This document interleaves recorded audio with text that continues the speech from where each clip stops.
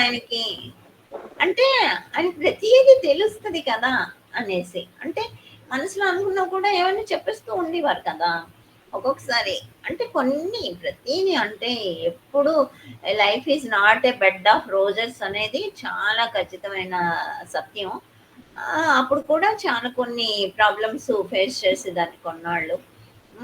అలాంటప్పుడు నాకు బాధ అనిపించితే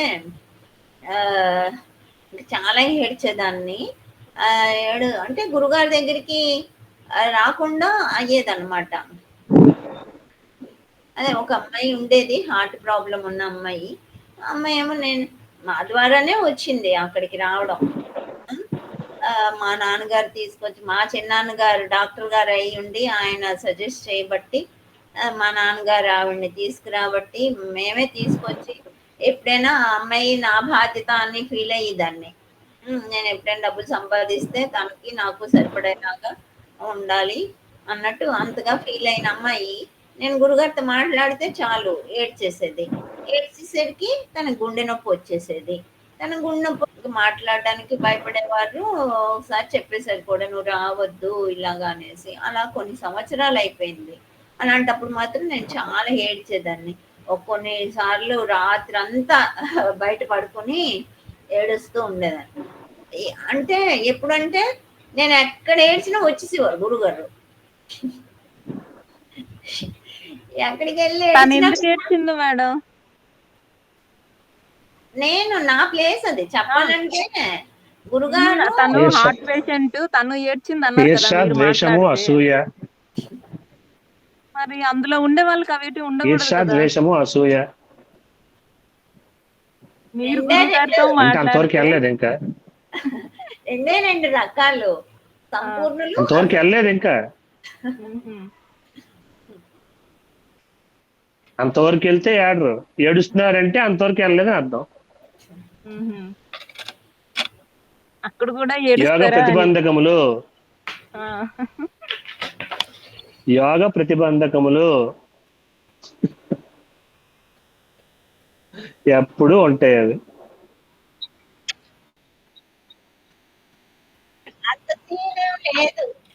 అంత సీనేం లేదు. నాకేంటంటే బీఈడి చేశాను కదా, ఉన్న దాంట్లో ఏంటి మా మొఖాలు చూసి నీకు నవ్వు రావాలి, కన్నీళ్ళు రాకూడదు, తప్పు. నవ్వండి అంటే అందరూ జోకర్స్ అని అర్థం. ఆనంద బాష్పాలు. నేనైతే నేను అనుకుంటున్నా మాతాజీ నవ్వుతూ ఉంటే జోకర్స్ అన్నా పర్లేదు. నేను లాగుతుంటే హైరు ఊడిపోయింది. ఇప్పుడు బీఈడి చేశాను కదా, మనకి అందులో ఏంటి known to అన్నోను, general to particular కదా, సింపుల్ టు కాంప్లెక్స్ కదా, కాబట్టి నోన్ నుండి అన్నోన్ చూపించాలి. ఇప్పుడు అలా ఎందుకు ఏడ్చింది అమ్మాయి అంటే ఇదిగో ఇది చూపిద్దామని ప్రయత్నం. కనిపిస్తుందా? పరమపద సోపాన పదం వైకుంఠపాలి,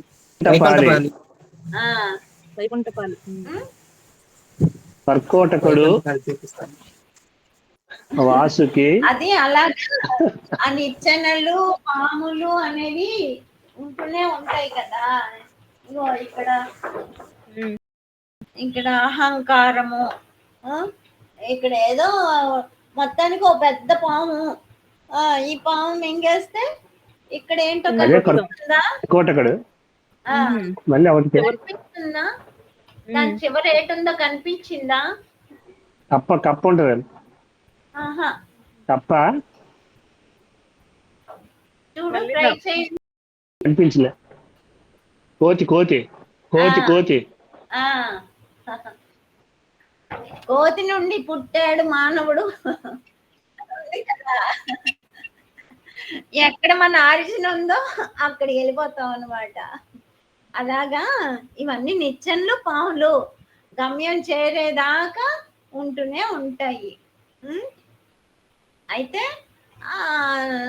అలాగా అందుకోసం నేను ఏడుస్తుండేదాన్ని గురుగా. మరి ఇప్పుడు నిన్న ఒక అమ్మాయికి చెప్పాను, దేనికైనా ప్రిపేర్ ఫర్ ది వర్స్ట్ అని చెప్పడానికి. అంటే ఇవన్నీ లైఫ్ ప్రిన్సిపల్స్ సోది కబుర్లు పాపం మీ టైం వేస్ట్ ఏమో కానీ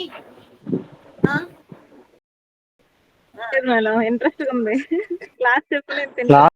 క్లాస్ పుస్తకం చదివితే వస్తుంది. క్లాస్ అనేది పుస్తకం చదివితే వస్తుంది. ఎక్స్పీరియన్స్ అనేవి మీలాంటి ఎక్స్పీరియన్స్డ్ పీపుల్ పంచుకుంటే వస్తాయి. మళ్ళీ ఇది ఎవరు చెప్పరు కదా మాట. మరి ప్రసాద్ అడిగిన క్లాస్ అంటే రేపన్నా చెప్తారు, ఇవి మళ్ళీ రేపు చెప్పరు కదా. బ్రాండ్ దర్శనాలు పోతాయి, ఓన్లీ దర్శనాలు మాత్రం మిగులుతాయి.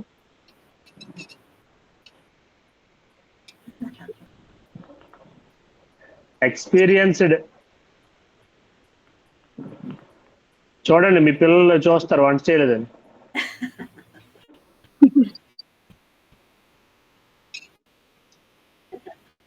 వాళ్ళే మీ పిల్లలు. వాళ్ళు చేస్తారండి, పర్లేదు. అంటే అలాగా మరి తను అలాగా అసలు మేము అంటే ఎప్పటి నుండో గురుగారు దీక్ష పెడతాను, అప్పుడు మీకు ట్రైనింగ్ ఇస్తాను అని చెప్పేవారు అనమాట. చెప్తే అప్పుడేమో అలా దానికోసం చూసేవాళ్ళం. ఎప్పుడో దీక్షకి పెడతారు, పిలుస్తారు, అప్పుడు మన పని పూర్తి చేసేస్తారు అనేసి. అలా ఎదురు చూస్తున్న సమయంలో దీక్ష అనేది అనౌన్స్ చేశారు. ఓహో, ఇంకా మేము ఏదైతే ఎదురు చూస్తున్నాం అది వచ్చింది అనుకున్నప్పుడు నా పేరైతే చెప్పలేదు. చెప్పబోయేసరికి ఇంకా నాకు ఇంకా ఏడుపు ఆగలేదన్నమాట. అంటే ఇద్దరు, అదే రవీంద్రనాథ్ గారు, వెంకటరమణ గారు, వాళ్ళిద్దరి పేర్లే చెప్పారు, నా పేరు చెప్పలేదు.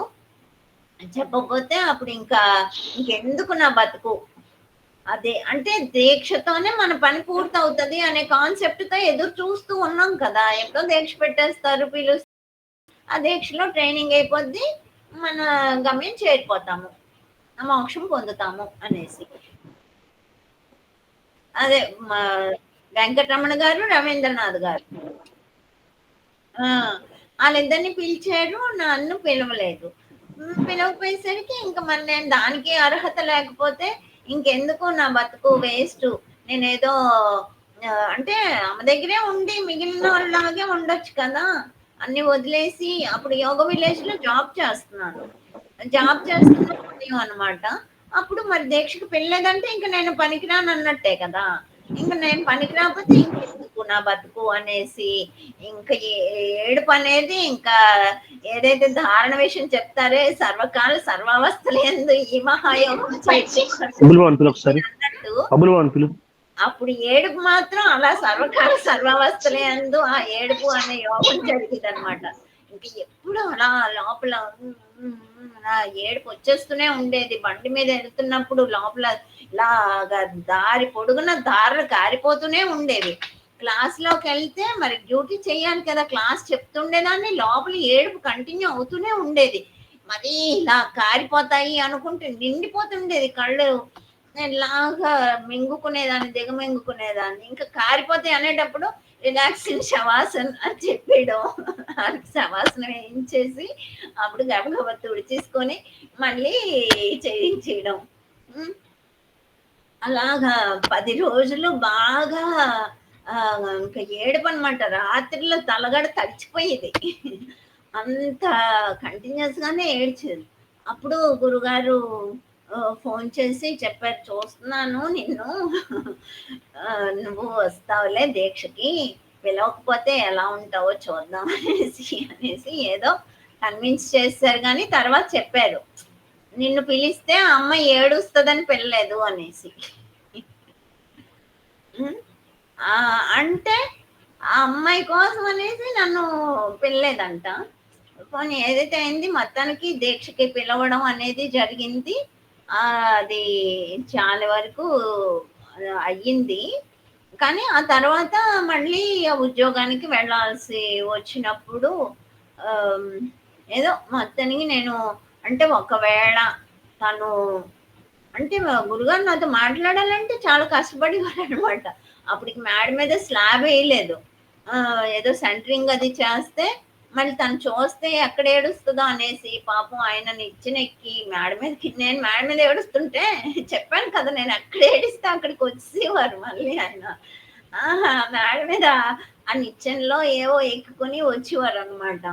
అప్పుడు కూడా చూసి ఇంక గోల గోల పెట్టేసింది, యుద్ధం చేసేసింది.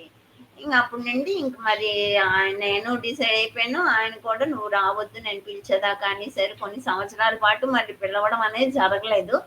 అప్పుడు ఆ సమయంలో నేను ఎక్కడ ఏడుస్తుంటే అక్కడికి వచ్చేస్తుంటే నేనేమో ఆఖరికి నేను ఏడ్చుకోవాలి, మీరు రావద్దు అని సంకల్పించుకుని రావద్దు అని అంటే అప్పుడు రావడం మానేసేవారు అనమాట.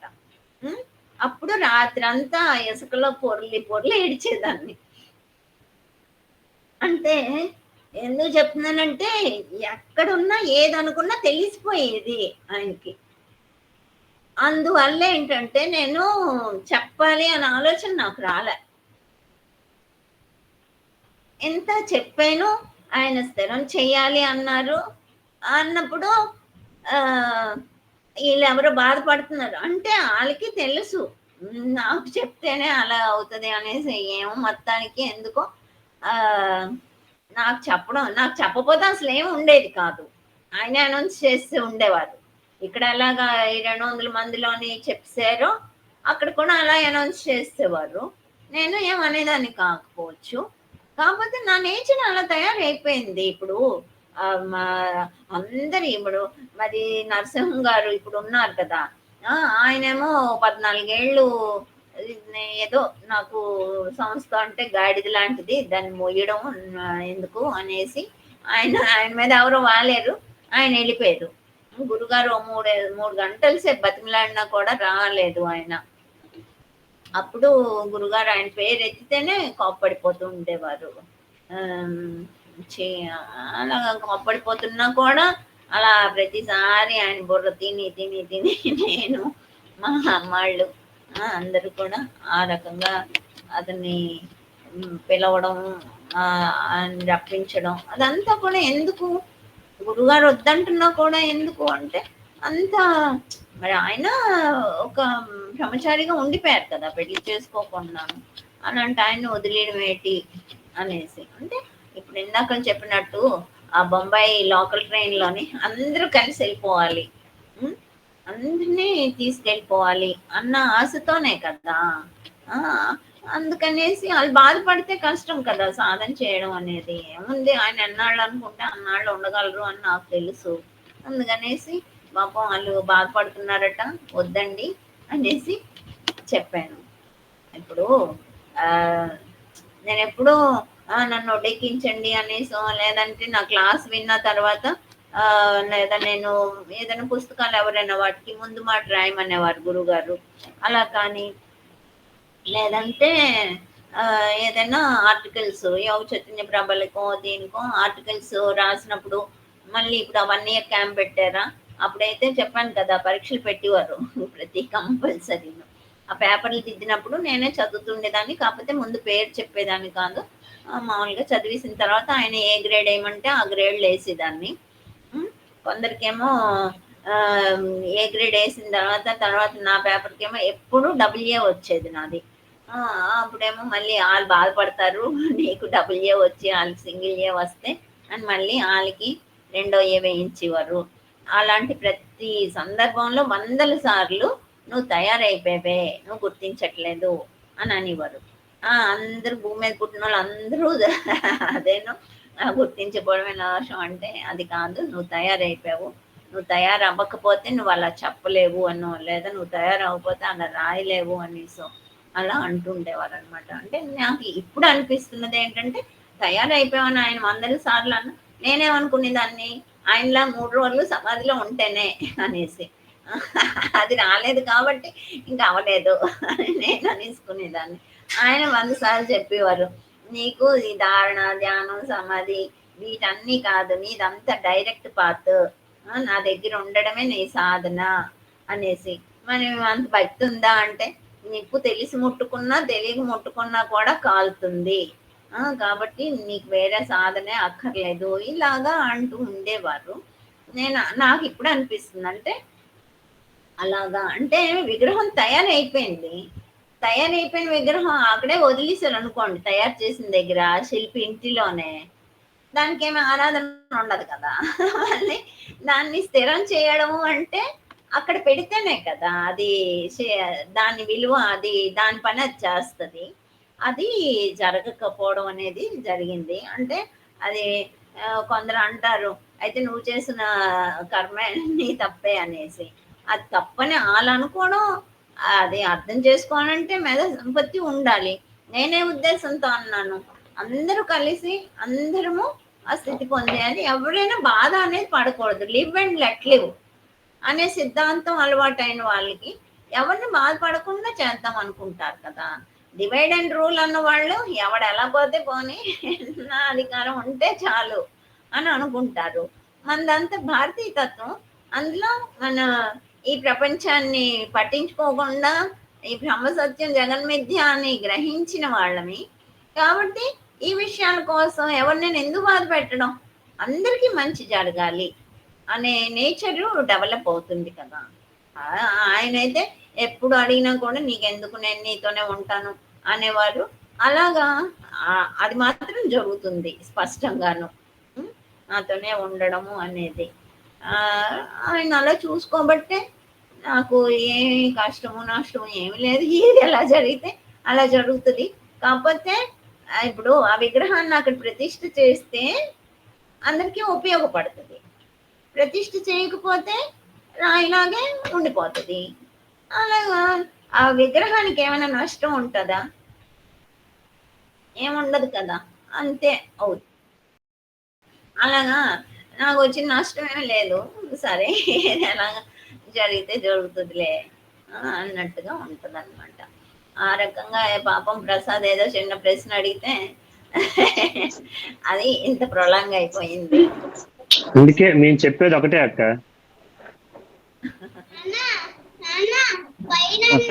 అలాగా కాకపోతే ఇప్పటికప్పుడు కొంచెం చెప్పడము అవసరమే. శ్రీ గురు హృదయం కూడా అందులోని వాళ్ళ ఎక్స్పీరియన్స్ రాసిన ఒక చాప్టర్ ఉంది, అందరి సాధకుల ఎక్స్పీరియన్స్ లో. అవి కూడా మీరు చదవండి ఒకసారి, అందరూ కంపల్సరీ చదివితే ఇంకా డీటెయిల్ గా తెలుస్తుంది. అయితే మీకు ఇంకా ఇప్పుడు తను పర్టికులర్ గా అడిగేశాడు కాబట్టి అమ్మా, మా ఉద్దేశం ఒకటే, గురువు గారు మీతో ఉన్నారు కాబట్టి మీరు మాతో ఉంటే గురువు గారు మాతో ఉన్నట్టే. కాబట్టి అక్కడెక్కడో ఏదో జరిగిందని, అక్కడెక్కడో ఏదో జరగలేదని చెప్పి మీరు కానీ మేము కానీ ఎవరు కానీ ఏమి అనుకోవడానికి ఉండదు. మా ఉద్దేశం గురువు గారు మనతో ఉండేటప్పుడు అక్కడ లేరు అని అర్థం. సో అక్కడ లేనప్పుడు మనం అక్కడ గురించి మనం బాధపడాల్సిన పని లేదు, దాని గురించి ఆలోచించిన పని లేదు. సో మీరు ఎక్కడుంటే గురుగారు అక్కడే ఉన్నారు. సో మీ ఇద్దరు ఎక్కడ ఉంటే అక్కడ, అదే మాకు శ్రీక్షేత్రం కింద లెక్క. మీరు ఎక్కడ ఉంటే మేము అందరం అక్కడ ఉన్నాం. ఏమో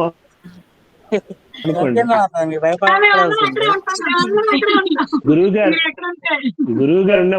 గారు ఉన్నప్పుడు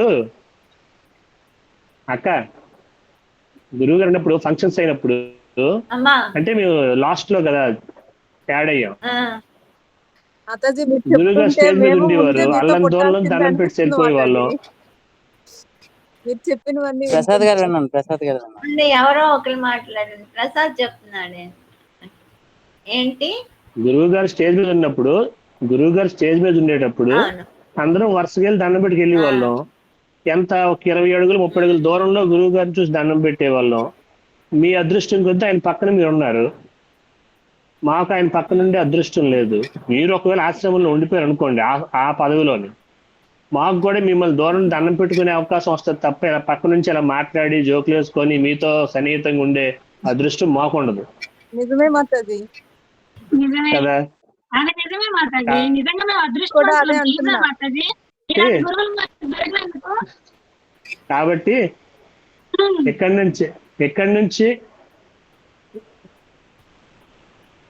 నుంచి దీన్ని ఒక శ్రీక్షేత్రం కింద ఎక్కడ ఏర్పాటు చేసి ఎక్కడ నుండి డెవలప్ చేసుకోవాలి. జనరేటర్స్ ఎక్కడ జనరేటర్ ఉంటే అక్కడ నుంచి పవర్ సప్లై జరుగుతుంది కదా. జనరేటర్ ఒక పర్టికులర్ ప్లేస్ లో ఉండాలని లేదు, జనరేటర్ ఎక్కడ ఉంటే అక్కడ నుంచి పవర్ సప్లై జరుగుతుంది. సో మీరు ఎక్కడుంటే అక్కడ నుంచే మాకు పవర్ సప్లై జరుగుతుంది కాబట్టి మీరు అక్కడే ఉండాలి అని చెప్పి పర్టికులర్ గా ఉండాల్సిన పని లేదు. మీరు ఎక్కడుంటే అదే మాకు ఆశ్రమం. మీరు ఎక్కడుంటే మాకు అక్కడే గురువు గారు ఉన్నట్టు, మీరు ఎక్కడుంటే మాకు అక్కడే శక్తి ఉన్నట్టు. సో మీరున్న దగ్గర మేము రావాలి తప్ప మీరు ఎక్కడికో వెళ్ళాలి, మీరు ఎక్కడో కూర్చోవాలని చెప్పి బాధపడాల్సిన అవసరం లేదని చెప్పి మా ఉద్దేశం. అదే నేను అనుకుంటాను. ఇప్పుడు ఆయన ఇన్స్ట్రుమెంట్లు మనమే అందరూను. ఖచ్చితంగా నేను అనుకుంటాను మిమ్మల్ని ఆయన ఎంచుకున్నారు. ఇప్పుడు ఆయన ఏమనేవారు, నేను అంటే ఒకసారి ఇంటర్వ్యూ తీసుకుంటారు కదా ఈ జర్నలిస్టులు, ఏంటి మీ సంస్థ లక్ష్యము అంటే వ్యక్తి శాంతి ప్రపంచ శాంతికి మూలం. ఈ యోగ విద్య ద్వారా ప్రతి వ్యక్తి కూడా ఆ శాంతి పొంది ప్రపంచానికి ఆ శాంతిని అందిస్తారు అనేసి, మొత్తం ప్రపంచ శాంతి లక్ష్యం ఈ సంస్థ లక్ష్యం అనేసి. కాబట్టి దానికోసం మరి టీచర్ల ద్వారానే కదా అది అవుతుంది. మరి అందుకే నేను అసలు ఊహించలేదు మళ్ళీ ఇలా డిప్లొమా పెడతాను, పీజీ డిప్లొమా కోర్స్ పెడతాను అనేసి. అదంతా అలా జరిపించి అది మా అదృష్టం అక్క. యాక్చువల్ గా 2012 మార్చి 6 అక్క 2012 మార్చి 6 నుంచి జాయిన్ అయ్యాను యోగాలోని. ఆ రోజు నుంచి పీజీ డిప్లొమా చేద్దాం అనుకుంటున్నాం. కానీ నా యొక్క గవర్నమెంట్ జాబ్ వల్ల 1 సంవత్సరం పాటు అక్కడికి వెళ్ళి ఉండి చేసే అవసరం ఇది లేదు, పరిస్థితి లేదు. సో ఎలా చేస్తా అనుకుంటే మీ రూపంలో నేనైతే చాలా గట్టిగా అనుకున్నాను, ఖచ్చితంగా పీజీ డిప్లొమా చెయ్యాలి అంటే సర్టిఫికేషన్ ఉండాలని. నేను అక్కడికి వెళ్ళలేకపోతున్నాను. కానీ నేను గట్టిగా అనుకోవడం వలన మీ రూపంలో అదే నా దగ్గరకు వచ్చింది, మా సాలూరే వచ్చింది, మా ఇంటి పక్కే వచ్చింది. అంటే నా సంకల్పం అంత గట్టిగా అనుకుంటున్నాను నేనైతే.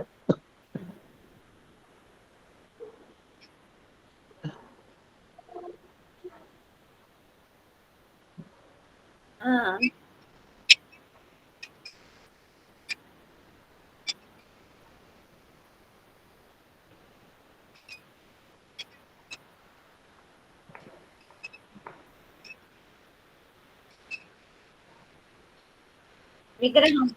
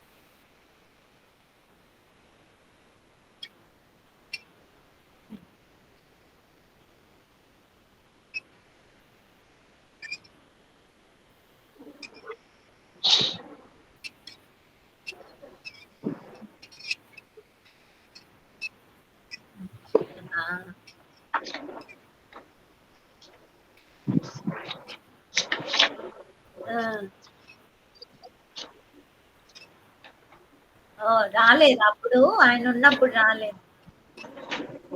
ఫోన్లేదు అప్పుడు లేకపోయినా నీతోనే ఉంటున్నారు కదా. నువ్వు బాగా చాలా చేంజ్ వచ్చిందని చెప్పావు కదా రూపా. ఇందాక రూపా ఏంటో అంటుంది ఇందాకలా, ప్రసాద్ మాట్లాడుతున్నాడు ప్రసాద్ సార్ చెప్పింది నేను చెప్పాలనుకున్నా. ప్రసాద్ మీరు అక్కడ ఉంటే మాకు అందేవారు కాదు, మీరు అక్కడ ఉండిపోతే మీరు కలిసే వాళ్ళం కాదు అని. మీరు రావడం మా అదృష్టం అని. ఎన్ని విషయాలు తెలుసుకున్నామో. అదృష్టవంతులం మనం అందరం కదా. మామూలుగా 1 shot 2 birds అంటారు కదా, అలా నేను ఎప్పుడు గురుగారిని అనేదాన్ని. మీరేమో 1 shot 2 birds అందరికీను, మీకు మాత్రం 1 shot many birds అని అనేదాన్ని. అలాగా ఒక కార్యం జరిగిందంటే ఎంతో మంది సంకల్పాలు అక్కడ నెరవేరిపోయేలా చేసేవారు అనమాట ఆయన. అది నేను ఎన్నోసార్లు చూశాను. ఆ విధంగా చూస్తే ఇది కూడా అంతే మరి. మరి ప్రసాద్ గారు పీజీ డిప్లొమా ఏంటి, డిప్లొమా ఏంటి. అందులో మా నాన్నగారికి కూడా సాలూరులో యోగ విద్యని పెట్టాలని చాలా తీవ్ర కాంక్ష. అది కూడా నెరవేరి ఉండొచ్చు. మళ్ళీ నేను కూడా అనుకునేదాన్ని. అంటే నేనైతే ఒక వెంకటరమణ సందర్భంలో హ్మ్. అట్లీస్ట్ మెడికల్ లీవ్ పెట్టేసి 3 months కోర్స్ కైనా వెళ్దాము, హ్మ్. చేద్దాము అని కూడా అనుకున్నాను. అంటే మెడికల్ లీవ్స్ ఒక పోగైన తర్వాత. అన్ని కలెక్ట్ చేసుకొని. కానీ ఆ అవసరం కూడా లేకుండా జస్ట్ క్యాజువల్ లీవ్స్ తో అయిపోతుంది అంతా. ఎప్పుడు అప్పుడుతోనే అన్ని పోగు చేసుకోవాల్సిన అవసరం కూడా లేకుండా. మళ్ళీ నేను అనుకునేదాన్ని అనమాట. వెంకటరమణ గారు దగ్గర అంటే గురుమూర్తి ఏంటి అప్పలనాయుడు వీళ్ళు బాగా తయారైన వాళ్ళు కదా. అంటే అప్పుడు నేను అకాడమిక్ కమిటీకి సెక్రటరీగా కూడా ఉండేదాన్ని. ఆశ్రమంలో వైస్ ప్రెసిడెంట్ అవుతే ఆశ్రమము, ఆశ్రమానికి వైస్ ప్రెసిడెంట్ గాను, ఈ అకాడమీకి ప్రిన్సిపాల్ గాను, అలాగా ప్రభుజీ విద్యారామానికి ప్రిన్సిపాల్ గాను, అలాగే ఎగ్జిక్యూటివ్ కమిటీ మెంబర్గా ఉండేదాన్ని. ఇంకా ముఖ్యంగా ఏంటంటే అకాడమిక్ కమిటీ అంటే ఫంక్షనల్ అంటే బ్రాంచెస్కి వాటికి కమిటీస్ ఉండేవి. దానికి వైస్ ప్రెసిడెంట్ గాను, అలాగే ఫంక్షనల్ కమిటీ అంటే ఫంక్షన్స్ని డిఫరెంట్ కమిటీస్గా వేసేవారు. అంటే ఇప్పుడు బుక్స్ పబ్లిష్ చేయాలి కదా, పబ్లికేషన్స్ కమిటీ, అంత ఫైనాన్స్ సంస్థ అన్ని చూడాలి కదా, ఫైనాన్స్ కమిటీ, మళ్ళీ అక్కడికక్కడ బిల్డింగ్లు కట్టాలి కదా, కన్స్ట్రక్షన్ కమిటీ. ఇలాగా ఫంక్షన్స్కి బేస్ చేసుకొని కమిటీలుగా ఉండేవి. అందులోనే అకాడమిక్ కమిటీ, అకాడమిక్ యాక్టివిటీస్, ఈ క్యాంపులు కండక్ట్ చేయడం ఇవన్నీ ఉంటాయి కదా, దానికి నేనే సెక్రటరీగా ఉండేదాన్ని అనమాట. మరి ముఖ్యంగా అసలు ఎందుకు సెంటర్ స్టార్ట్ అయ్యాయి అంటే పీజీ డిప్లొమా ఇన్ యోగాకి నేను ఎప్పుడు అంటే గురుగారి దగ్గరే ఉండేదాన్ని కదా. ఆయన ఆస్ట్రేలియా వెళ్ళినప్పుడు ఇక్కడ యోగా విలేజ్లో జాబ్ కోసం అనేసి వచ్చాను. ఆయన ఆస్ట్రేలియా నుండి వస్తూనే ఇంకా అప్పటి నుండి ఆయన బుడతడం మొదలెట్టాను అనమాట. నేను రిజైన్ చేసేస్తాను, నేను వచ్చేస్తాను అనేసి. ఇంకా అలా ఉండు ఉండు ఉండు అని ఇవన్నీ చెప్తాను, అప్పుడు వద్దులే అనేసి. అయితే అప్పటి వరకు ఇంకా ఎప్పుడు అయితే యోగా విలేజ్ లేదా ఆశ్రమం నా కోసం అనేసి ప్రతి శనివారం ఇక్కడ క్రియల క్లాస్ ఉండేది పొద్దున్నే. మరి సాయంత్రం క్లాస్ ఉండదు, అందరూ ఈవినింగ్ వాళ్ళైనా మార్నింగ్ వాళ్ళైనా పొద్దున్న వచ్చి క్రియలు పొద్దున్నే కదా, పొద్దున్న చేసుకుని వెళ్ళిపోవడమే, సాయంత్రం క్లాస్ ఉండదు. అందుకనేసి పొద్దున్న క్రియలు చేయించేసరికి 8 గంటల కల్లా బస్సు వేయించారు నా కోసం. ఆ బస్సు ఉండేది కొట్టాం బస్సు అనమాట, డైరెక్ట్ గా విజయనగిరి కదా. ఆ బస్సులోనే అసలు ఎక్కువ మంది ఉండేవారే కాదు. ఆ స్పెషల్ బస్సులోనే ఎవరో స్టూడెంట్స్ చేత బండి ఎక్కేసి వెళ్ళిపోయేదాన్ని, బస్సు ఎక్కేసి ఆశ్రమానికి వెళ్ళిపోయేదాన్ని. మళ్ళీ రాత్రి 5 అయితే కానీ అసలు ఆలోచనే బుర్రకు రానిచ్చేదాన్ని కాదనమాట. మళ్ళీ వెళ్ళాలి, మళ్ళీ సోమవారం పొద్దున్న 5:30కి క్లాస్ కదా, దానికి వెళ్ళాలంటే ఎట్టి పరిస్థితుల్లో శనివారం రాత్రి కల్లా ఉండాలి కదా. ఒకసారి ఇక్కడ కృష్ణ గారు అన్నారట, ఏంటి 9:30 అయిపోయింది ఇంకా ఈ అమ్మాయి రాలేదు అనేసి. గురుగారు ఇంట్లోనే ఉండేదాన్ని, వేరే ఒక అవుట్ హౌస్ లాగా ఉండేది, అందులో ఉండేదాన్ని. నాకు రాత్రి అప్పుడు గురుగారు వాళ్ళ ఇంట్లోనే భోజనం పెట్టేసేవారు, వాళ్ళ కోడలు గారు వాళ్ళ అమ్మాయిలాగే చూసుకునేవారు నన్ను. అయితే అంటే ఇప్పుడే ఎక్కడ వచ్చేస్తుంది, 10-10:30 లోపల ఎప్పుడు రారు అమ్మగారు అనేసి. అంటే ఎంత లేటుగా వెళ్ళేది అంత లేటుగా వెళ్ళేదాన్ని అనమాట. ఇంక వెళ్ళినప్పుడు అంతా ఏడిపే, ఎంత గుండెల్లో పిండేయడం అంటారే అలా బాధ వచ్చేది అనమాట. మళ్ళీ ఆశ్రమం వదిలేసి రావాలంటే అలా స్పెషల్ బస్సు అలాగా అప్పుడు అంతా నేను ఉండిపోతాననేదాన్ని కదా.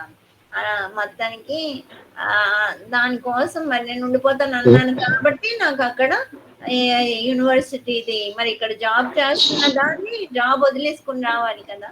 అక్కడ ఏదో ఒక పని మనకంటూ ఉండాలనో మరి ఏమో చెప్పాను కదా, మల్టీపర్పస్ అయింది, వన్ షాట్ మెనీ బర్డ్స్. మళ్ళీ ఎప్పుడూ అనేవారు ఏంటంటే సంఘంలో పోస్తే కానీ తీర్థం అవ్వదు, కాబట్టి మనం యోగా నేర్చుకుంటే చాలదు, పూర్తిగా సర్టిఫికెట్ కూడా ఉండాలి అనేసి. అంటే ఇప్పుడు చూడండి, మీరు ఫుల్గా మీకు పర్ఫెక్ట్ టీచర్లే అనుకోండి మీరు, అయినా మీకు సర్టిఫికెట్ లేదనుకోండి, ఇంకొకరికి ఎక్కడైనా ఇంటర్వ్యూ అయిందంటే 100 మంది వస్తారు. ఆ 100 మందిలోని ఎవరికి సర్టిఫికెట్ ఉంటే వాళ్ళకే ఇవ్వగలరు, కానీ మీ నాలెడ్జ్ చూసి సర్టిఫికెట్ లేకపోతే ఇవ్వలేరు కదా. మరి అలాంటప్పుడు మన విద్య ఇవ్వడం అవ్వదు కదా. మన విద్యని ఇప్పుడు ఎందుకు గురుగారు అంత రహస్య విద్య అనేది తెలుసు కదా. వాళ్ళ గురుగారు ఒక యోగి అనే విషయం వాళ్ళ పిల్లలకి కూడా తెలియదు అనే విషయం చెప్పాను కదా మీకు. మరి అక్కడ ఫోటో చూశాక తెలిసింది ఆయనకి.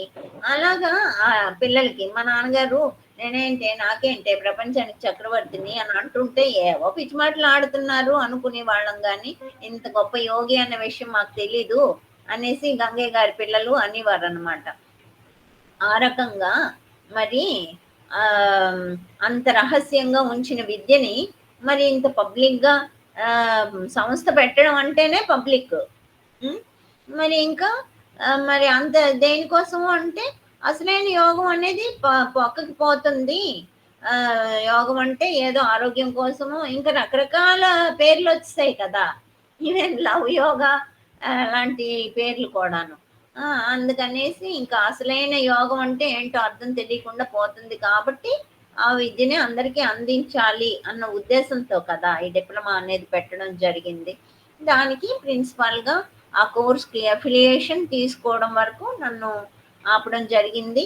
ఆ కోర్స్ తీసుకున్నాక ఎక్కువ మంది టీచర్లు తయారయ్యాక వాళ్ళ చేత సెంటర్స్ పెట్టించడము అలాగా డెవలప్ అవ్వడం అది జరిగింది. అప్పుడు ఒకసారి అన్ని కమిటీలవి మీటింగ్లు పెట్టారు. ఆ కమిటీ మీటింగుల్లోనేమో అప్పుడు నన్ను తిట్టారు, నువ్వేమో ఇలా ఎక్కువ సెంటర్లు ఎక్కువ బ్రాంచ్లు పెట్టడం నుండే దీని మీదేమో ఎక్కువ డెవలప్ చేయడం అవ్వట్లేదు. చక్కగా బీహార్ స్కూల్ ఆఫ్ యోగా ఇప్పుడు మీరు ఏపీఎంబి తెప్పించుకున్నారు కదా ముంగారు, వాళ్ళేమో ఒకే దగ్గర ఉంచారు, అందుకే బాగా డెవలప్ చేయగలిగారు, అందరూ అక్కడే కాన్సన్ట్రేట్ చేయబట్టి నువ్వు ఇలా ఎక్కువ సెంటర్స్ పెట్టడం నుండి డెవలప్ అవ్వట్లేదని అప్పుడు తిట్టారు. ఇప్పుడేమో అటు మరి అన్ని సెంటర్స్లోని ఏదో బ్రాంచ్నే ఉండొచ్చు కదా. పోనీ బ్రాంచ్ల్లో జనాలు ఎక్కువైపోయారంటే అంతలక్క మ్యాన్ పవర్ అవసరమే. అలాంటప్పుడు నేను వెంకటరమణ గారిని ఎక్కువ తయారైన వాళ్ళని ఎక్కువ పంపిస్తుంటే కదా అవుతుంటాయి. అలా నేను మ్యాక్సిమం సెంటర్స్ పెంచడానికే ప్రయత్నం చేసేదాన్ని అనమాట. తయారైన టీచర్స్ని వాళ్ళకి ఒక ఎంప్లాయ్మెంట్ ఇచ్చేసి వాళ్ళకి ఒక ఇన్స్టిట్యూట్కి వాళ్ళు చూసుకునేలాగా అనేసి కదా. మరి ఇప్పుడు ఉన్న సెంటర్స్ అన్నిట్లో ఉన్న వాళ్ళు నేను పెట్టిన వాళ్ళే. అకాడమిక్ కమిటీ సెక్రటరీగా ఉన్నప్పుడు నేను వాళ్ళకి కాస్త మోటివేట్ చేసి అందులో ఉంచిన వాళ్ళే. అప్పుడు ఈ వెంకటరమణ గారి దగ్గర గురుమూర్తి అప్పలనాయుడు ఉన్నారు కదా, నాకేమో వాళ్ళ మీద కళ్ళు ఉండేవి అనమాట. ఆయన అక్కడ వృక్షం ఉన్నారు కదా, ఇంకా వీళ్ళని ఇంకో దగ్గర పెడితే వీళ్ళు పెద్ద వృక్షాలు అవ్వాలి అనేసి వీళ్ళని ఇలాంటి వాళ్ళని పంపిస్తే తయారు చేస్తారు కదా ఎక్కువ మందిని, వాళ్ళని పంపించడీనా అన్నట్టుగా కొంచెం అంటే బాగా తయారైన వాళ్ళు వెళ్తే కదా అక్కడ ఎక్కువ మందిని తయారు చేయగలరు అలా అనుకునేదాన్ని. అందుకేమో ఇప్పుడు నన్నే పంపించారు గురుగారు.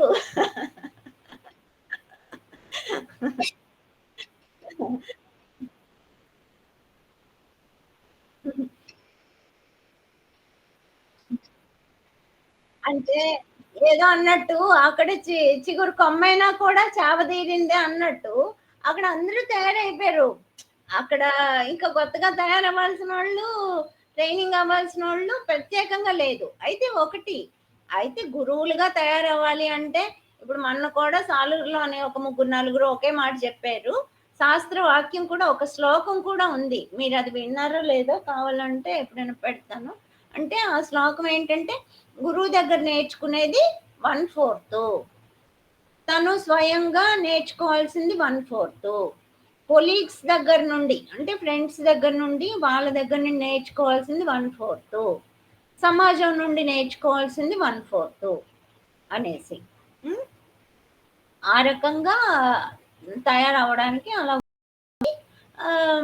అయితే అందుకనేమో గురువు దగ్గర నుండి నేర్చుకోవాలి, అక్కడ ఉన్న వాళ్ళందరికీ అయిపోయి ఉంటది.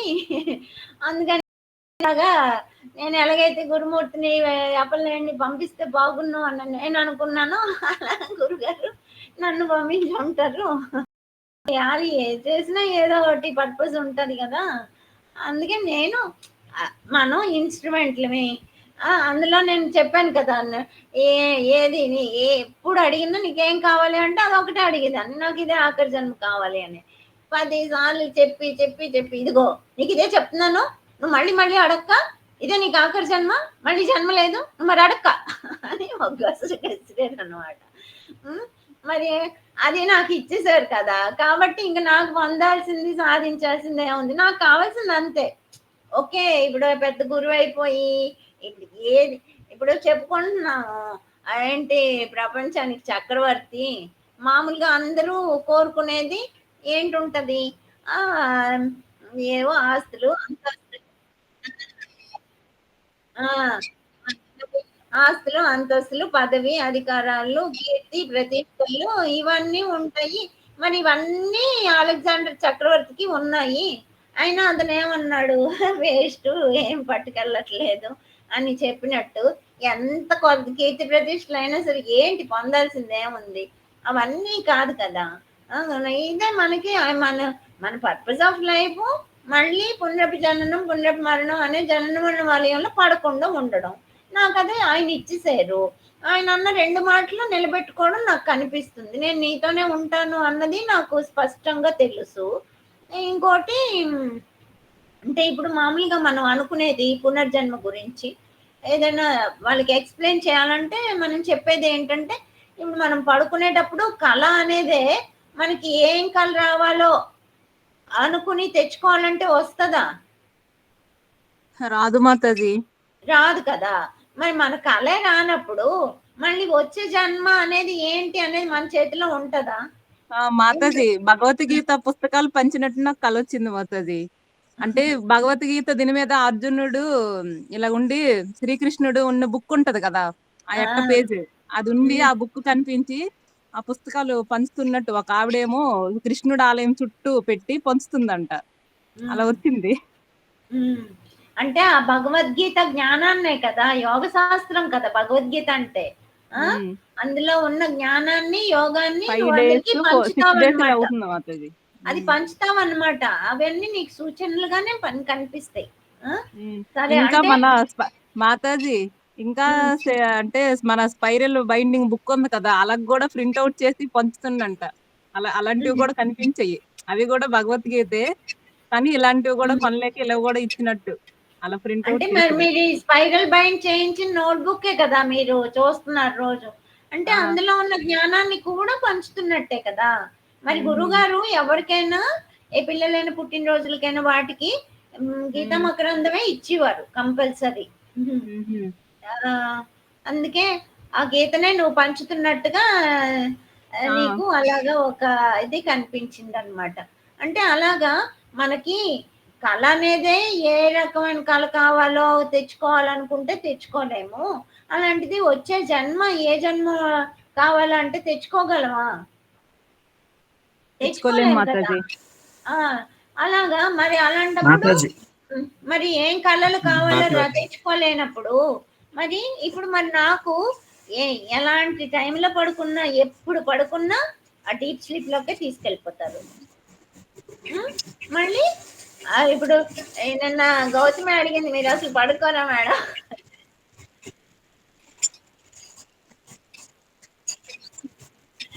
అలా ఎప్పుడు లేచిపోయిన రాత్రి 12కి పడుకున్నా, మళ్ళీ 2:30 కల్లా ఖచ్చితంగా తెలివొచ్చేస్తది. అంత హ్మ్.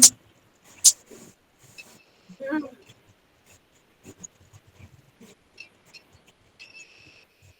హ్మ్.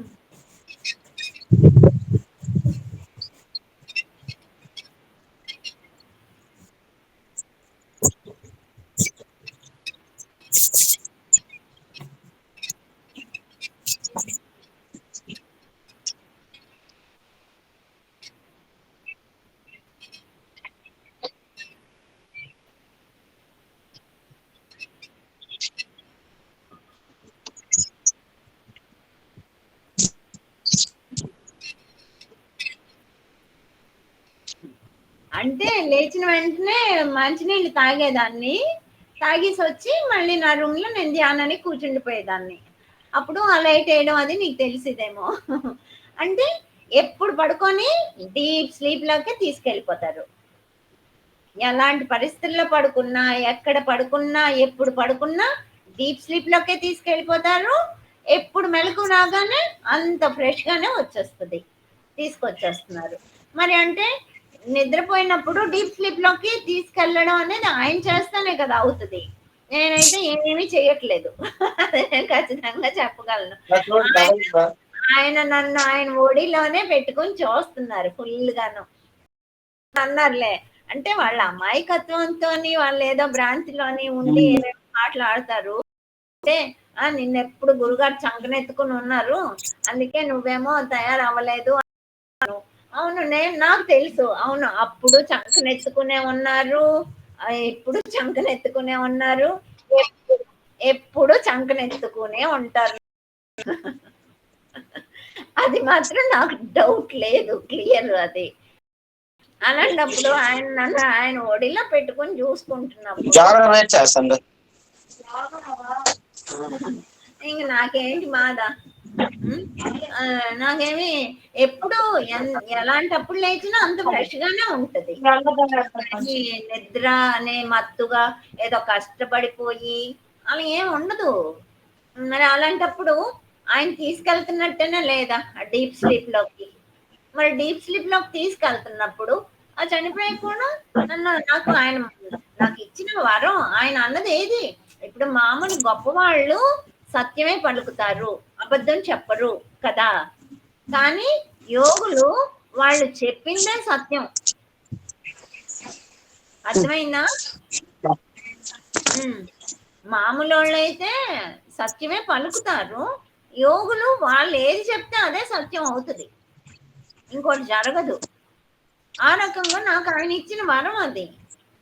అలాగే అంటుండేవారు, మన ఆయనమ్మ అనేదే నీ రుణం.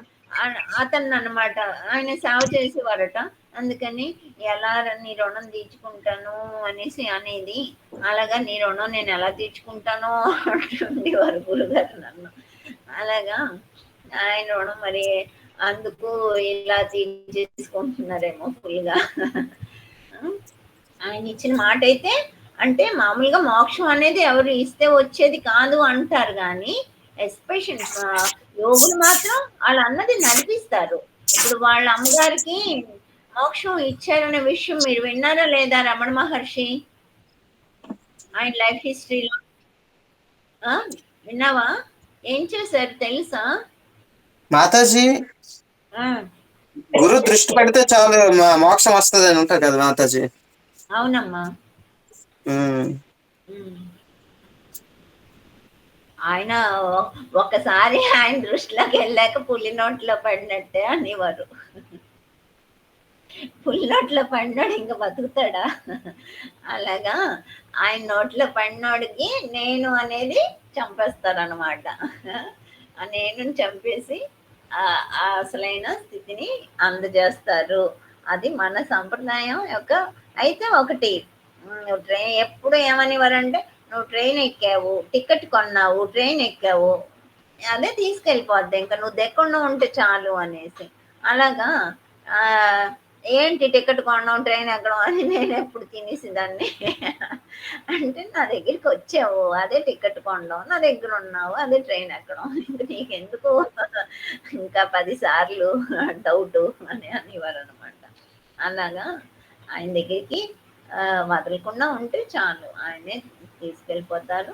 నా విషయంలోనైతే నేను ఏదైతే కోరుకున్నానో అది రాకపోవడం అనేది ఉండదు. అది కూడా అయితే ఒక్కొక్కసారి ఏవో కొన్ని, అంటే ఇప్పుడు ఫర్ ఎగ్జాంపుల్ నిన్న ఇప్పుడు ఇక్కడికి వచ్చిన ఒక పనమ్మాయి అంటుందన్నమాట, ఏంటంటే ఏదో అంటే ప్రాణం పోయినా పర్లేదు కానీ పేరు పోకూడదు కదండి అనేసి. అంటే చెడ్డ పేరు రాకూడదు అనేది ఉంటది కదా. అలాగా అలాంటిది ఈ మార్గంలో ఉన్న వాళ్ళకి అలాంటిది వస్తే ఇంకా అది ఇంకా ఎంత బాధ. అలాగా అది చేస్తుంటారేమో కొన్ని విషయాల్లోని అనిపిస్తది కదా. అలాగే మళ్ళీ ఆమ్, అంత అంటే ఇప్పుడు నిజంగా చెప్పాలంటే గురుగారు ఏ పర్పస్ తోనైతే పెట్టారో ఈ సంస్థను పెట్టడం అనేది, ఇప్పుడు ఇప్పుడు మన పరిస్థితి ఏంటి, మన పిఎం పరిస్థితి నాకు అవి తక్కువే అనుకోండి. ఎలక్షన్స్ అయిపోయి ఏదో మోడీ గారికి కొంచెం ఎక్కువ ఇవి వచ్చాయి, కానీ ఏంటి పిఎం ఎవరు ఇప్పుడు? అంతేనా, ఇంకేమైనా తేడా? నరేంద్ర మోడీ మేడం 9వ తేదీ ప్రమాణ స్వీకారం అనౌన్స్మెంట్ వచ్చిందా? వచ్చింది మేడం, డేట్ కూడా వచ్చింది. చంద్రబాబు నాయుడు గారండి. కాదు సీఎం కాదు, పిఎం అడిగారు మేడం. పిఎం చంద్రబాబు నాయుడు గారు, ఎందుకంటే అతనికి 16 సీట్లు వచ్చాయి కదండి. అతను ఎటువైపు ఉంటే అటువైపే పార్టీ. మోడీ ప్రధానమంత్రి 9వ తేదీన ప్రమాణ స్వీకారం.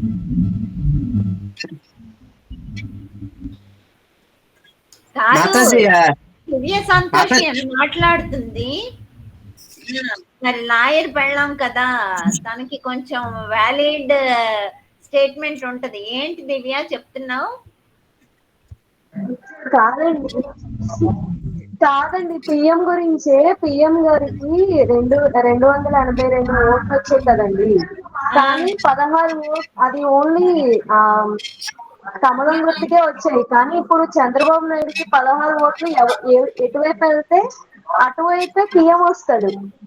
ఇప్పుడు కాంగ్రెస్ వైపు అతను వెళ్ళాడు అనుకోండి, సో అతను అంటే ఏమో నాకు నేను అనుకున్నది చెప్తున్నా. అంటే లేదు మేడం, ఆల్రెడీ ఎన్డీలోనే ఉన్నారు.